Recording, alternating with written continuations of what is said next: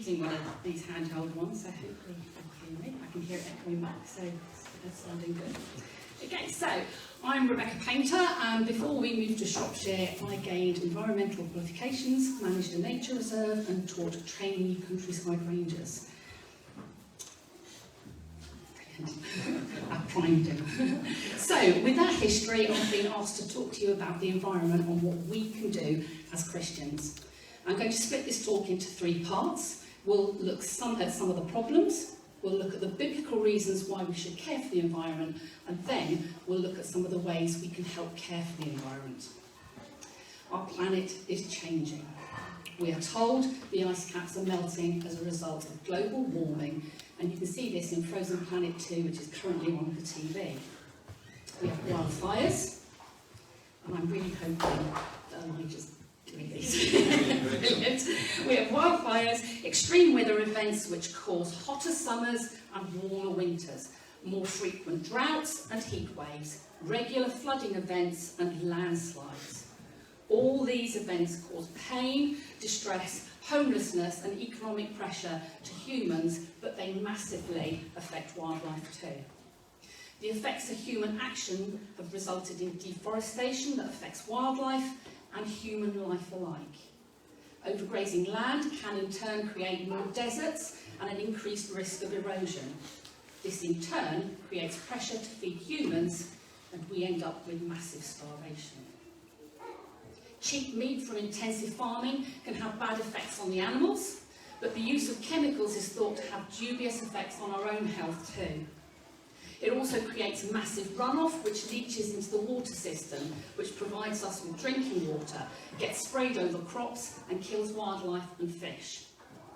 Human activity puts wildlife at risk from a variety of other activities. And pollution is a big one that affects wildlife and humans alike. Especially where unprocessed water is a major part of life. Doesn't this glass of water look yummy to drink? He's really got a hard job. Okay, most experts agree that an unstable environment represents one of the greatest international challenges of our age. But what does the Bible say about it? There are approximately 100 verses in the Bible that talk about protection of the environment. Psalm 24:1 says, "The earth is the Lord's and everything in it, the world and all who live in it." And Leviticus 25:23 says, "The earth is mine, you are my tenants." But we need to understand that we do not own the world in which we live. The earth, like the vineyard in Matthew 21:33-46, is a trust given to us by its maker. God has tasked us with the tending of his garden. Genesis 1:28 says, "Then God blessed them, and God said to them, 'Be fruitful and multiply, fill the earth and subdue it, have dominion over the fish of the sea, over the birds of the air, and over every living thing that moves on earth.'" God gave man dominion or rule over creation. But this does not mean that man is free to abuse the earth's resources. Dominion involves responsibility and accountability. It's a mandate to care for God's world just as he cares for it and he cares for us. Among other things, this means finding ways to put back into nature at least as much as we take out of it. That's what good stewardship of the Master's estate is all about. When God created the world, it was perfect. But then sin, like a deadly sickness, invaded the universe, and with it came every type of evil and natural disaster. In addition, the world is constantly damaged by the sins of human selfishness and greed. Someday, God will intervene. Christ will return, and all these evils will be destroyed. Someday, all the things that are wrong with this world will be reversed. Then, as Romans 8:21 says, creation itself will be liberated from its bondage to decay. Until that day, you and I are called to be good stewards of the world God created. When we fail to see the world as God's creation, we end up abusing it. Selfishness and greed take over, and we end up not caring about the environment or the problems we're creating for our fellow human beings and future generations. The Bible clearly commands us to work it and take care of it. And we ought to do all we can to take care of and protect our environment. Exactly how should this stewardship principle be applied to life in the modern technological world we live in? It's not easy to say. I'm not qualified to make authoritative statements about the science behind global warming theories. I'm not an expert on subjects such as chemical fertilisers, alternative energy sources, organic farming, or the various methods of mining gas and oil. There is much that remains to be answered in all of these important fields of study, and we should encourage Christians working in those fields to do everything they can to find solutions to the problems we face. Jeremiah 2:7 says, "And I brought you into a plentiful land to enjoy its fruits and its good things. But when you came in, you defiled my land and made my heritage an abomination." It's pretty damning. If we are to avoid being responsible for making this abomination, we must do something. How we and our family should do this is something I can't possibly prescribe. I might mutter at my parents, my work colleagues, Steve, and yourselves if I see one of you not doing something environmentally friendly, and I do.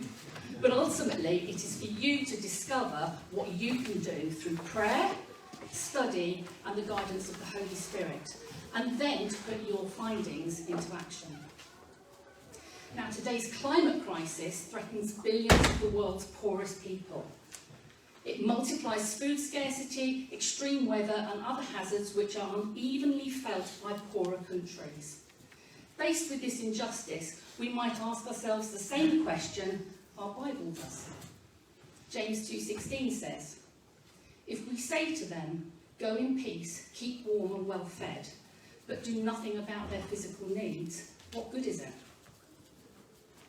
So as every Christian has a responsibility to care deeply about the natural world, we must do this not only for the environment's sake, but also as a way of serving our fellow mankind.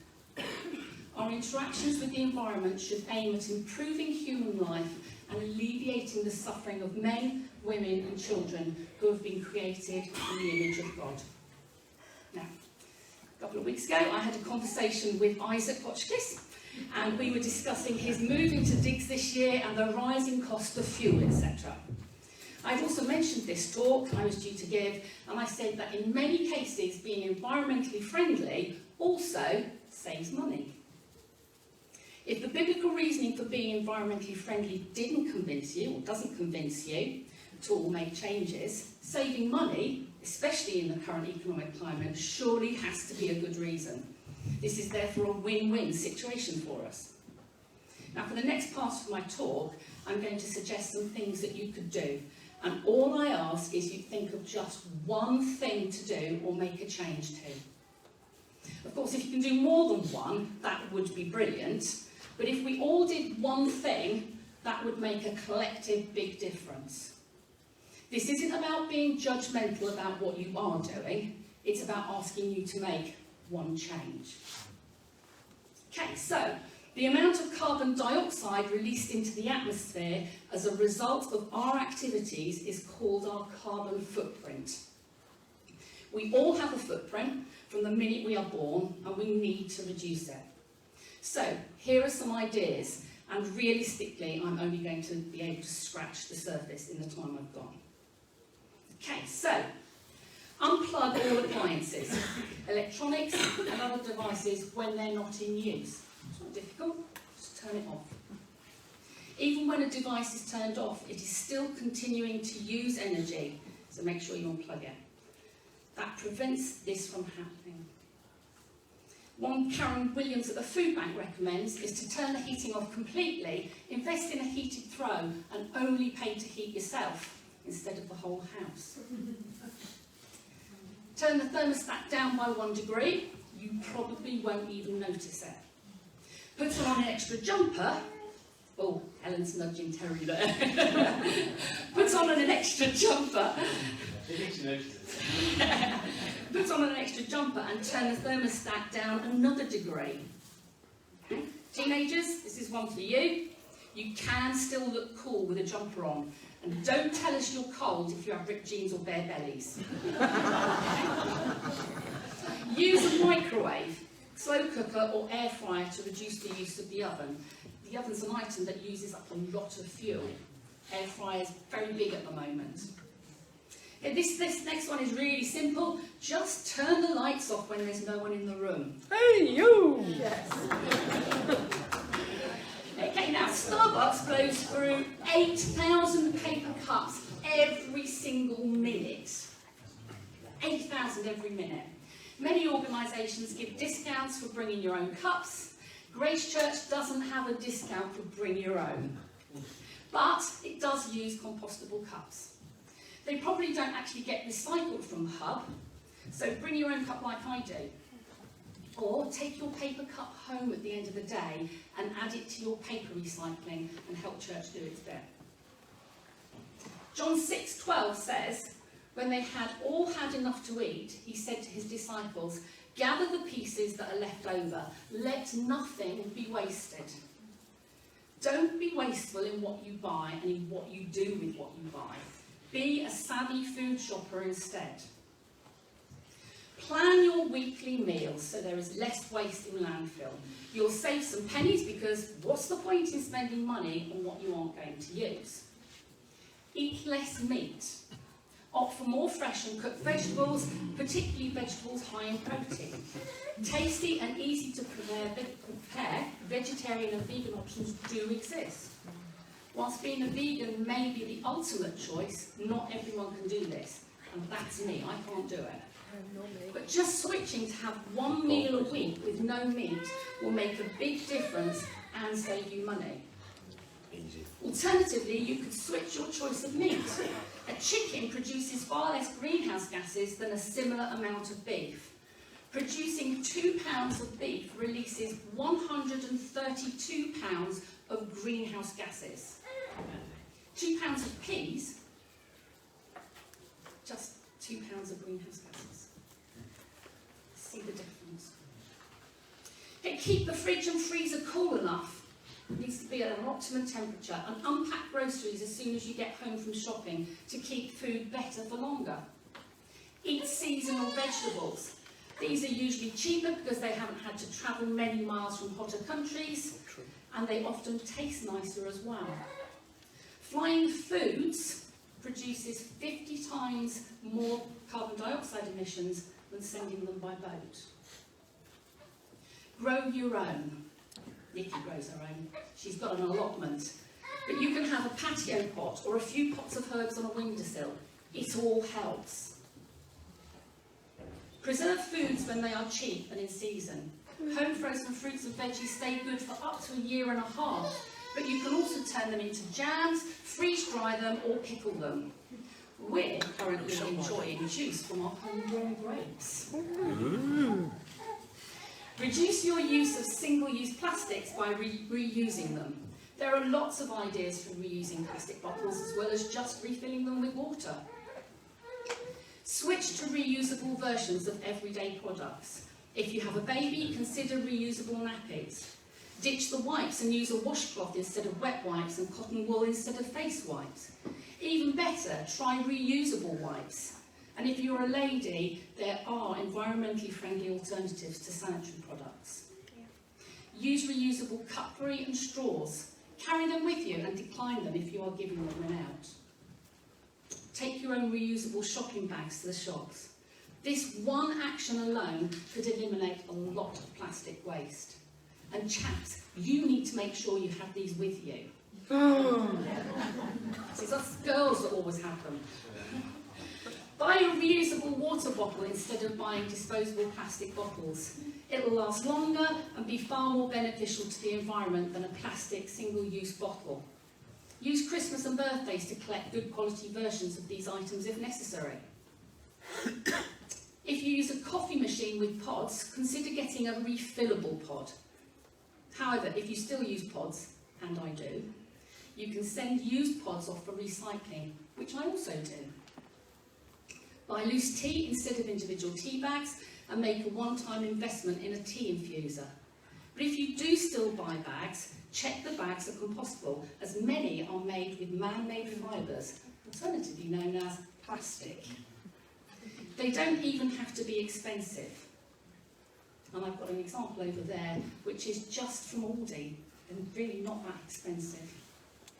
Buy eco-friendly refill packs for cleaning products. You pop a tablet in the bottle and add water. This reduces the use of plastic, as the bottle is now no longer single use, and the amount of product without water reduces the need for as many lorries to transport it. Use beeswax wraps instead of cling film, tin foil or paper to wrap sandwiches and leftovers. You can even make these yourself. There's some examples over there for you to see. Learn to love leftovers. And then, oops, we got the shopping bags again. Understand expiry dates. If you're tossing bread and orange juice as soon as they hit the sell-by date, you could be wasting a lot of perfectly good grub. Food expiry dates refer to the product's peak freshness, not its safety. And there's a difference between sell-by, which is the deadline for retailers to sell the product, and use-by, which is the date when the product starts to lose its quality and flavour. Drinking water is the best for you, but if squash is your thing, try these. Other brands are available. They reduce the quantity of plastic and transport needed massively. Ditch products with plastic bottles and use bars instead. If you have to use bottles, let's be realistic, most of us do, get them refilled and make single-use, multi-use. Nurture nature around you and make a big difference. Build a bug hotel with just some wood in the garden. Leave an area of long, uncut grass in your garden to encourage pollinators and other insects. Terry and Helen do that.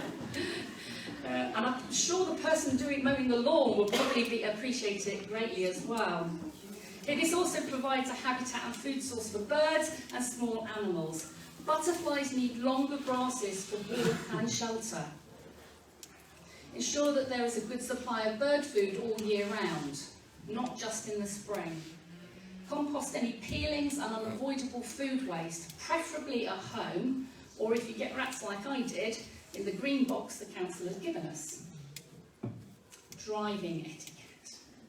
Lower your vehicle emissions and try carpooling using public transport or walking.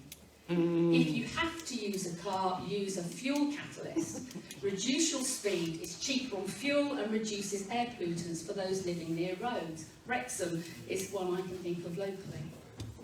Take care of your vehicle, conducting routine maintenance, checking for proper tyre pressure, doing regular oil changes, not pushing your vehicle too hard, avoiding excessive acceleration or braking, and minimising idle time can do a lot to improve fuel efficiency and save money. And if you can afford it, change to an environmentally friendly electric car. The emissions are lower. Of course, this is the far better option. Hoorah! Get another bike! Okay, washing machine etiquette. Use a washing egg to reduce the use of washing powder. So that's basically is instead of using washing powder, it has a certain number of washes at life, and there's some over there you can have a look at. Use washing powder instead of plastic-covered tablets or pods. I did used to use plastic-covered tablets, and we're back on ordinary boxes of powder. Use an eco program on your washing machine. Reduce the temperature of each wash to 30 degrees. Only wash when you have a full load. Now, you could wash clothes by hand, but I'm pretty sure I can find an environmentally friendly reason to justify using the washing machine. Okay, in which case we'll stick to making sure it's a full load. And teenagers, no sneaky putting one item in because you haven't planned your lives. Okay? Only wash clothes when they really need it. Washing earlier than needed, and therefore more frequently, increases washing machine use, but also increases the release of microplastics into the water system. Tumble dryer etiquette. Ask yourself if you can dry your clothes naturally outdoors. If you're using a dryer, clean the lint out prior to each use. It costs more to dry your clothes if lint is allowed to accumulate. Use dryer balls to reduce drying time. My tumble dryer quite often says 3 hours. I put the tumble dryer balls in there and it will reduce it to just over an hour. Make sure the load is appropriate. Okay? Before you decide to throw away clothes, goods or materials, take the time to figure out if items can be mended, recycled, upcycled or reused. Use a charity shop or offer free on Facebook Marketplace or any of the many other sites available. You can sometimes get excellent bargains and any unwanted items you have could be someone else's treasure. John 6 says, let nothing be wasted. James 2 says we need to consider the physical needs of others. Jeremiah 2 says we have defiled and made an abomination of God's creation. And Genesis 2 says we should work and take care of creation. Remember, no matter how small or insignificant your actions may seem to you, they all matter. Now, if you can't act on any of the things I've suggested, remember to pray. Pray for those who can do things, for those who have influence in managing the environment, and for those that work in science and in policy making. God our Father, we celebrate the beauty and diversity of your creation, and we are truly sorry for our consumerism and wastefulness.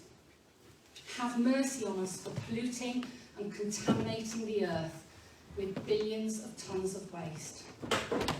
Give each one of us the desire and the means to put things right, no longer trusting in ourselves, but in your grace and wisdom alone. Through Jesus Christ our Lord and Saviour.